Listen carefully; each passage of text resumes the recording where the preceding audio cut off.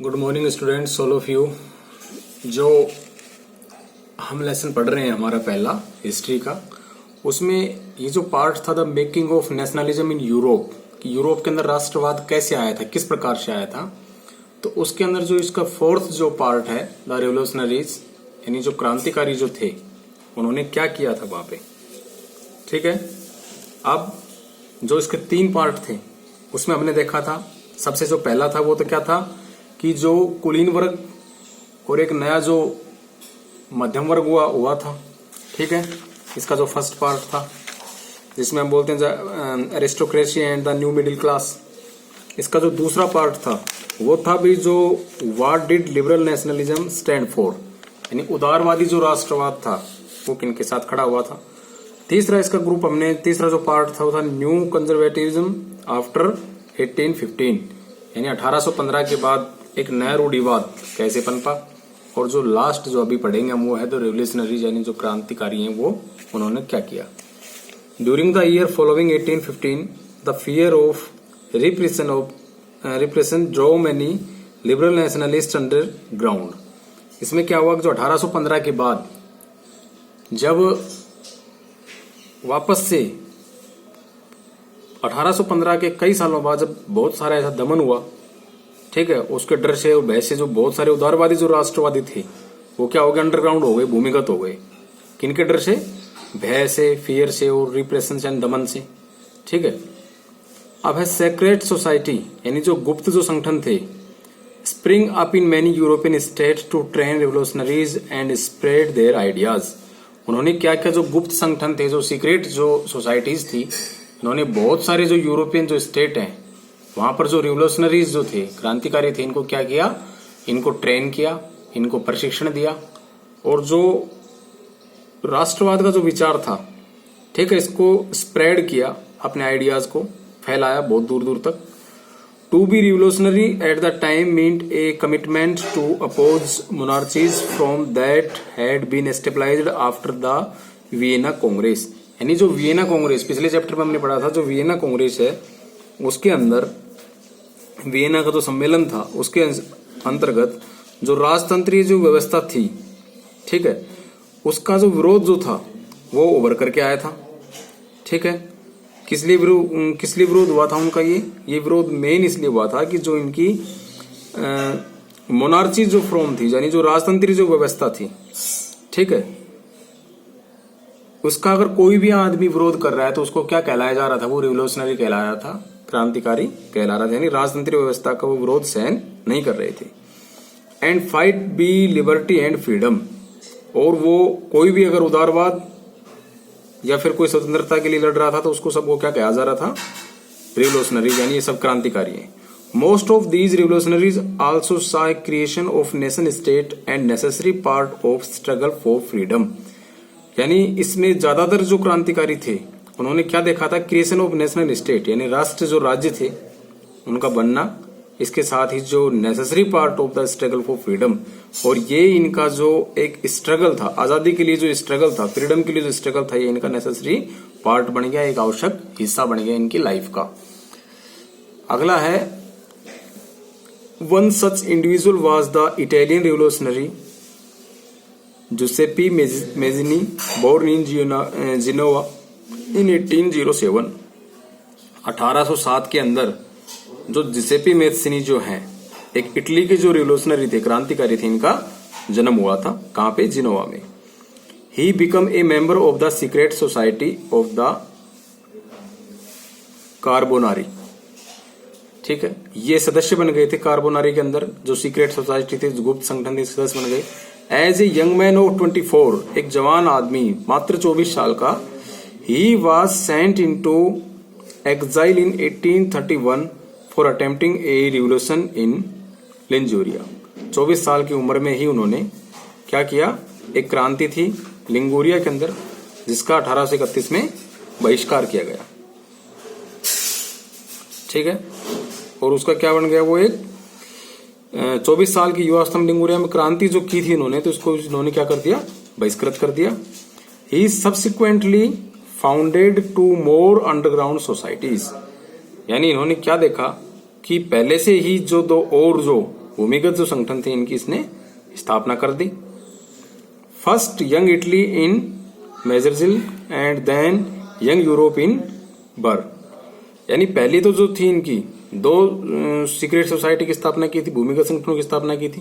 पहला तो था मर्शेई यंग इटली में और दूसरा बर्न यंग यूरोप में। अब whose member were like minded young man from Poland. यानी इसके जो यंग मेंबर थे वो कहां से आ रहे थे?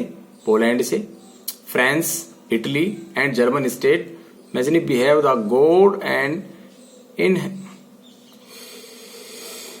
Intended nation to be the natural units of mankind. अब इसमें यही था कि जब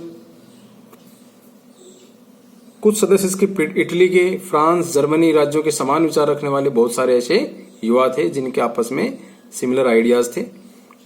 अब इसमें जो है जो मैथ्सनी है, ठीक है, इनका क्या विश्वास था? इसमें है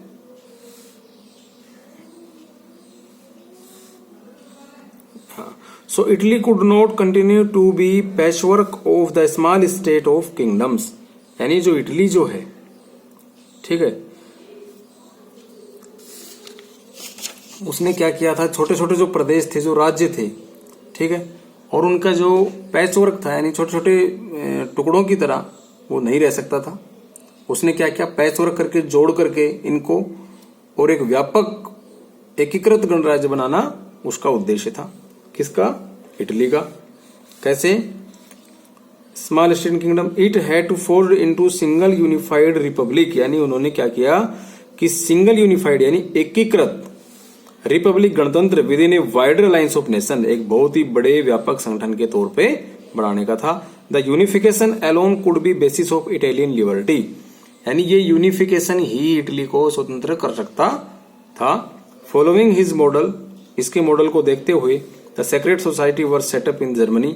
जो सेक्रेट सोसाइटी थे, गुप्त संगठन थे, वो जर्मनी में हुए, फ्रांस में हुए, स्विट्जरलैंड में हुए और पोलैंड में हुए। ये सारे क्या थे? स्क्रीन आउट हो गई थी लाइट।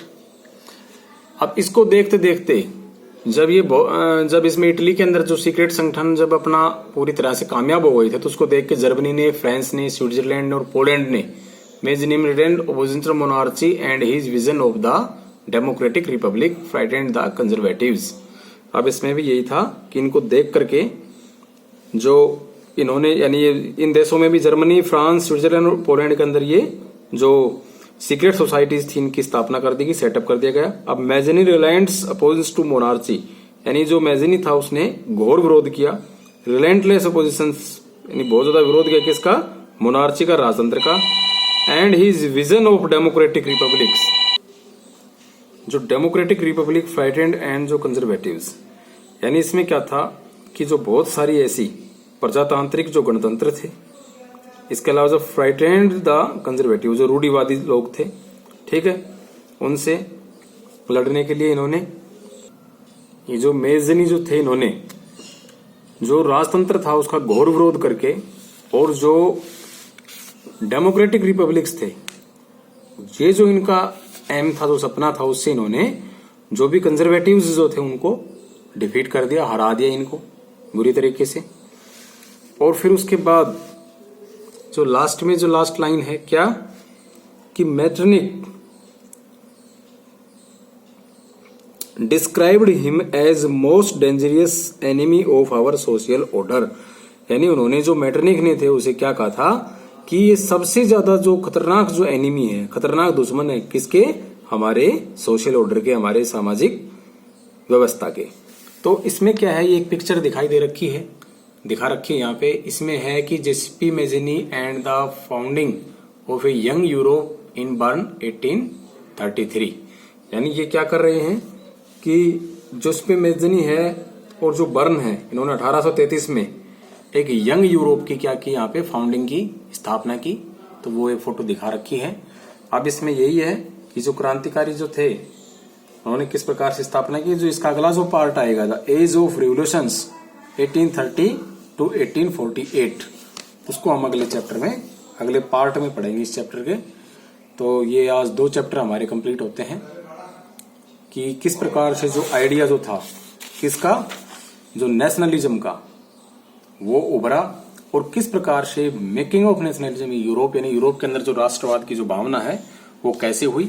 इसमें दो ग्रुप कौन कौन से थे, aristocracy and the new middle class.